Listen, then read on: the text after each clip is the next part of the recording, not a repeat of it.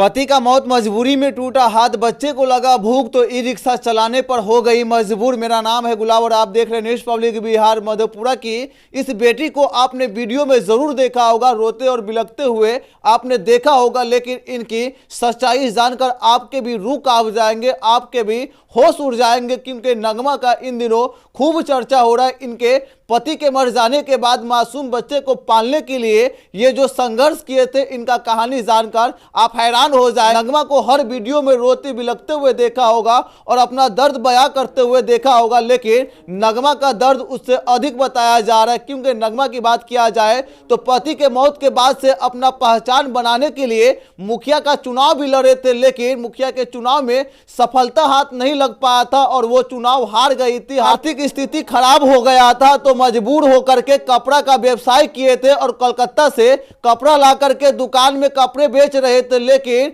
जब दुकान नहीं चल पाए तो दुकान को खाली करके गांव-गांव जा करके कपड़ा का व्यवसाय करने लगे थे, कपड़ा बेचने लगे थे। लेकिन बीच में उनके घर में भीषण चोरी हो गया था और 2 लाख का संपत्ति चोरी हो जाने के बाद नगमा कहीं की भी नहीं रह पाई थी। नगमा का आर्थिक स्थिति और कमजोर हो गया था और घर में बच्चे भी बीमार पड़ गए थे और इनके पास दवाई कराने के लिए 1 रुपया भी नहीं बचा, तो इनका मदद करने के लिए कोई भी आगे नहीं आ पाया था। भाड़े का रिक्शा चला करके घर परिवार चला रहे और इनका संघर्ष की कहानी को इतिहास में लिखा जाएगा। क्योंकि नगमा की बात किया जाए तो मधेपुरा की ये बेटी है जो अपने दम पर अपने बच्चे को पालने के लिए जो संघर्ष किए थे, इनकी इतिहास लिखी जाएगी। नगमा हाल ही के एक इंटरव्यू में बताई थी कि अगर उनके घर में नमक नहीं होता है तो बेगर नमक का ही उस दिन सब्जी बना लिया जाता है, लेकिन कोई नमक से भी मदद करने के लिए आगे नहीं आ पाता है, उनका कोई भी मदद नहीं कर पाता है। क्योंकि नगमा की बात किया जाए तो उनके घर में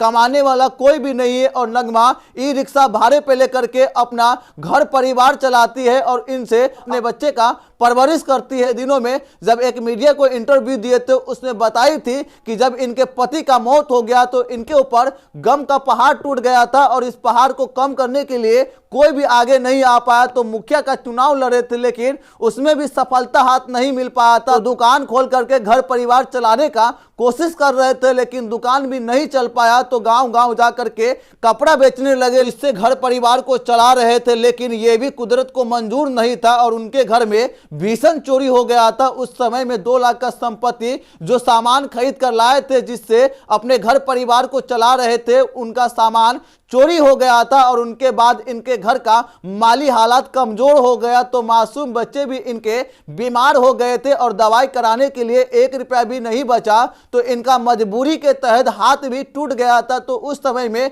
मेडिकल कॉलेज में ये भर्ती होकर के अपने हाथ का इलाज करवाए थे।